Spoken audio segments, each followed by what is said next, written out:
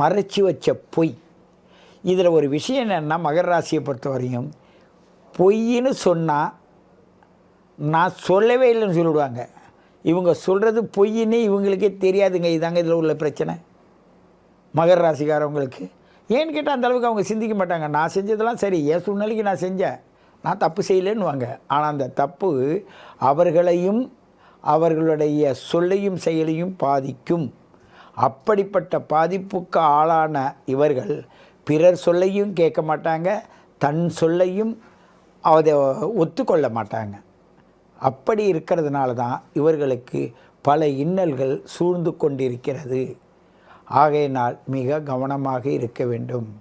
மகர ராசி நேயர்களை பொறுத்தவரையும் இந்த மார்ச் மாதம், ஏன் கடந்த மாதங்கள்லேருந்து பல மர்மமான முடிச்சுகள் அவிர்த்து பல பிரச்சனைகளில் இழுத்து பறிச்சிட்டு நிற்கிற சூழ்நிலையில் இருப்பீங்க.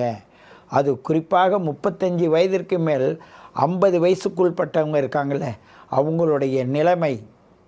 அதிலும் ஒரு இன்ஜினியர், வெளிநாடுகளில் இருப்பவர்கள், டாக்டர்ஸ், இவர்கள் படித்த நல்ல தொழிலில் இருப்பவர்கள், நல்ல வருமானத்தை கண்டவர்களுக்கு வாழ்க்கையில் இடையூறும் இன்னலும் சிக்கலும் வந்து நடந்து கொண்டு இருக்கிறது, நடக்கப் போகிறது, நடக்கும்.